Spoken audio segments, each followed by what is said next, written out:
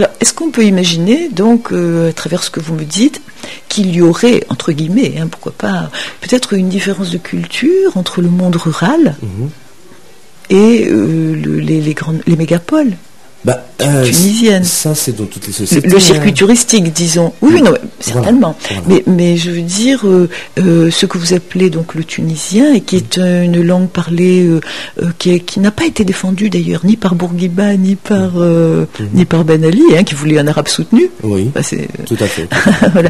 Mais donc, ce tunisien-là existe, est parlé. Oui. Voilà, et peut-être plus en milieu rural ou dans des endroits où peut-être les gens sont moins éduqués. Alors, peut-être aussi une précision, l'arabe littéraire ou le tunisien, le dialecte tunisien ne diffère pas tellement. C'est pas le kabyle ou c'est pas... Voilà. C'est de l'arabe, mais courant, utilisé comme le verlan, par exemple, en France. Enfin, c'est pas aussi... Mais il faut savoir que la langue arabe, c'est une des langues les plus difficiles au monde. Donc il suffirait juste de changer une voyelle, donc à shakl, pour changer toute la signification du mot. Et c'est pour ça qu'on a choisi, parce qu'on est un potentiel jeune, on milite aussi pour le journalisme citoyen. Donc c'est-à-dire que tout à chacun d'entre nous, il a un potentiel au fond de lui-même journalistique, et qui peut, il suffirait juste de lui donner le matériel, un micro, un stylo, une plume, un bout de papier, et on le laisse faire. Et voilà. La preuve, je suis en train de vous interviewer. Voilà. Donc j'ai moi aussi un potentiel journalistique. Tout à fait, absolument. C'est bien ça, c'est de ça dont on parle. Donc c'est pour ça qu'on a préféré de parler le langage des... pour la précision, mon émission d'aujourd'hui, elle s'appelle Taht Sour. Taht Sour, elle a une double connotation, un double sens. Taht Sour, ça fait référence au mouvement de révolte contre le colonialiste, le colon, dans les années 30 à 40. C'était une histoire, c'est une pièce de théâtre aussi, écrite par un grand écrivain qui s'appelle Ali Douaji. Et il y avait Abdelaziz Laroui, Ali Douaji, etc., qui faisaient cette émeute culturelle et cultivée et éveillée, par là où a commencé la révolte contre le colon. Et ensuite, Taht Sour, c'est une phrase qu'on dit entre nous les jeunes, c'est-à-dire dos au mur, face au mur, dans l'ombre, où on pouvait parler librement. Donc à chaque fois qu'il y avait une petite ombre un petit peu sous un mur, on pouvait parler librement. D'accord. Par rapport à la police politique, etc., etc. Donc ce double sens aussi, c'est relater un petit peu ce qu'on voulait transmettre un petit peu. Oui, c'est la notion. Alors il y a quand même une notion de langage jeune. Voilà, c'est ça qui m'intéresse. C'est-à-dire aussi que dans l'arabe peut-être un peu plus, que vous me dites ça, une langue moins soutenue. Voilà. Vous avez aussi des expressions de jeunes. Ah oui, tout à fait. Et non, mais ça c'est important à savoir. Je veux dire, c'est pas seulement. Alors voilà, c'est un peu cette liberté. Quête de liberté, on va dire, puisqu'il y a l'ombre et aussi la possibilité de parler. Ça représente les deux. C'est toujours intéressant. Absolument. Trouver la possibilité de parler. Bien sûr, ce n'est pas, on n'exclut personne, parce qu'il n'y a pas que des jeunes, il y a des moins jeunes aussi qui nous écoutent. Donc c'est vrai que le langage des jeunes par moment gêne un petit peu l'audition. Donc là, tout en respectant un petit peu la bonne démarche, la charte d'éthique du journaliste, on essaie de confondre un petit peu la rue à la culture, de confondre la musique à la rue, la politique à la rue.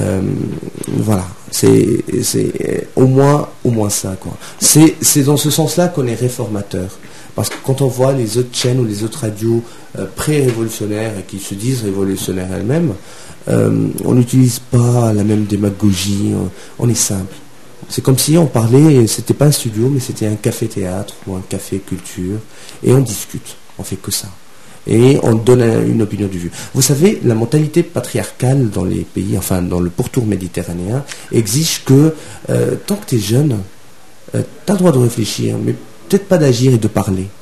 Et donc, comme pour la Révolution, quelques semaines après le 14 janvier, on passait les jeunes de Sidi Bouzid à la télé, on leur donnait le micro pour qu'il y avait des penseurs et des éveillés incroyables qu'on a découvert sur le tas aussi. Mais après, les grands Tunisiens, ils ont dit « Allez, Jeannot, tu te mets de côté, là c'est le rôle des plus vieux de mener le pays à bon port. » Et d'où on voit l'Assemblée constituante qui est dominante, cheveux gris, salé poivre. Pardon. Voilà. Oui. Donc la révolution elle est faite par les jeunes, mais elle est assurée apparemment par les moins jeunes. Oui, ça c'est pas très original, je pense, non? Si on regarde ailleurs, dans le temps, dans l'histoire, dans les lieux, on va trouver quand même beaucoup de... Tout à fait. Mais l'appel au peuple, c'était préalablement de faire intégrer le jeune aussi dans la politique. Bien sûr, non, mais que les jeunes aient envie de parler, de prendre la parole et de le faire, c'est vraiment très bien. Oui. Et, enfin, pour moi je trouve que c'est bien. Et qu'ils le fassent, en tout cas, dans ce que j'ai vu, moi, je veux dire, de concret dans ces studios, c'est que, en tant que vieille, parce que par rapport à vous, je suis vieille, en tant qu'étrangère, puisque j'arrive d'ailleurs, j'ai été non seulement tolérée, mais accueillie. C'est ça qui est assez extraordinaire. On se regardait parfois comme des ovnis. Je me souviens, je peux évoquer quand même le moment où j'ai dit, mais c'est pas possible, j'en peux plus. Il me donne le tournis. J'ai jamais vu autant de jeunes à la fois. Alors j'étais un peu perdue dans l'emploi du temps, là, et ils se marraient. C'est clair. Voilà. Est-ce que vous avez une autre question ? Eh bien, écoutez, non, pour le moment, non. Moi, je vais essayer de faire connaître un peu votre radio. Alors, effectivement, mes amis français vont me dire, ouais, mais attends, c'est tout en arabe. Bah, tant pis. Non, c'est pas tout. Alors, il y aura quand même des petits points en français. Une précision, il y a beaucoup d'émissions qui sont en français, qui sont transmises en français, parce que on est... tu sais, on est peut-être un petit peu plus bon par moment en français qu'en arabe. C'est triste à dire, mais c'est comme par rapport au français. À chaque fois que c'est notre propre langue, on ne s'investit pas trop là-dedans. Et on essaie de découvrir la langue des autres. Et comme je vois en France, on a un modèle, Jonathan, qui n'arrête pas de faire des fautes d'orthographe, et on le corrige, nous Tunisiens. Et vice-versa, c'est toujours comme ça. Donc on a des émissions également françaises, francophones, je dirais, et elles passent. Et donc on vous donnera les horaires. Ah oui.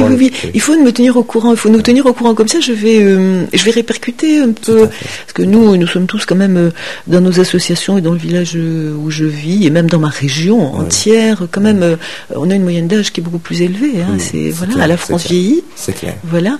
Mais vous parliez du français quand même. Il y a un commentaire que j'aimerais bien faire, c'est que ce soit par rapport à la Tunisie d'ailleurs ou ailleurs, la Chine, peu importe. Alors, la francophonie, pour moi, c'est là qu'il y a encore un ballon d'oxygène concernant la langue française. Parce que on trouve encore des gens, justement parce que c'est pas la première langue, qui ont envie de jouer avec la langue et de l'étirer, de l'étendre, de lui trouver des polysémies, et fatalement de la faire évoluer. Je pense qu'on en a moins sur notre territoire national. Mais bon, peut-être que je me trompe. Et enfin, vous savez mieux que moi en tout cas. Je saurais vous dire honnêtement. Tout ce que je sais, c'est qu'il y a énormément de francophiles ici, enfin en Tunisie, et peut-être dans le monde arabe aussi, que c'est une belle langue qui nous fait rêver par moments. Et c'est vrai que par moments aussi, quand on drague une fille, on la drague pas en arabe, on la drague en français. Ça c'est intéressant. Voilà. D'accord. Et même si elle est tunisienne. Ah ben oui, voilà. Non mais parce que chaque langue a ses spécificités aussi. Ouais, exactement. Voilà, sur ces belles paroles également, je ne sais pas si vous avez le mot de la fin. Non, je vous le laisse. Voilà. Écoutez, je vais me permettre de parler en arabe. Et voilà, moi je vous remercie de votre accueil. Je vous remercie également pour votre accueil, puisque je me suis fait interviewer par vous aujourd'hui. D'accord, j'accepte. Et donc, يعطيكم الصحة. Merci beaucoup اللي سمعتونا. كنا مع ميشيل بايار في لحظة وداع نجمو نسميوها. ما تنساوش تخليو vos remarques, vos critiques, vos questionnements, vos interpellations sur notre page Facebook Ana Tounsi, donc A-N-A Tounsi, T-O-U-N-S-I Radio, et notre site internet www.atr.tn, donc les acronymes de Ana Tounsi Radio, atr.tn. Voilà, pour nos futurs amis, futurs auditeurs français. Et pour le reste, je vous dis merci beaucoup pour votre accueil, pour votre réceptivité. Je vous donne rendez-vous la semaine prochaine pour un entretien privé avec une personnalité très connue sur la scène culturelle tunisienne. Je vous laisserai la découvrir au fur et à mesure des jours. À chaque fois sur le site internet, je laisserai quelques informations, quelques notes. C'est un petit jeu entre vous et moi. Et on va essayer de bien s'amuser. إلى اللقاء وإلى لقاء آخر.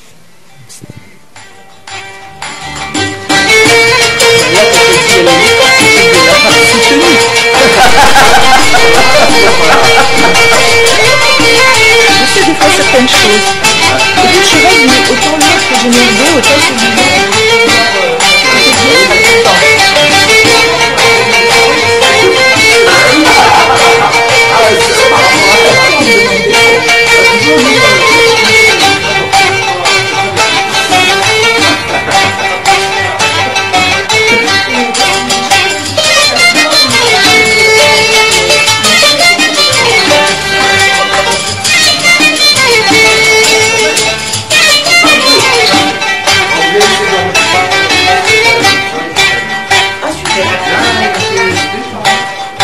ريتك وفنيت عليك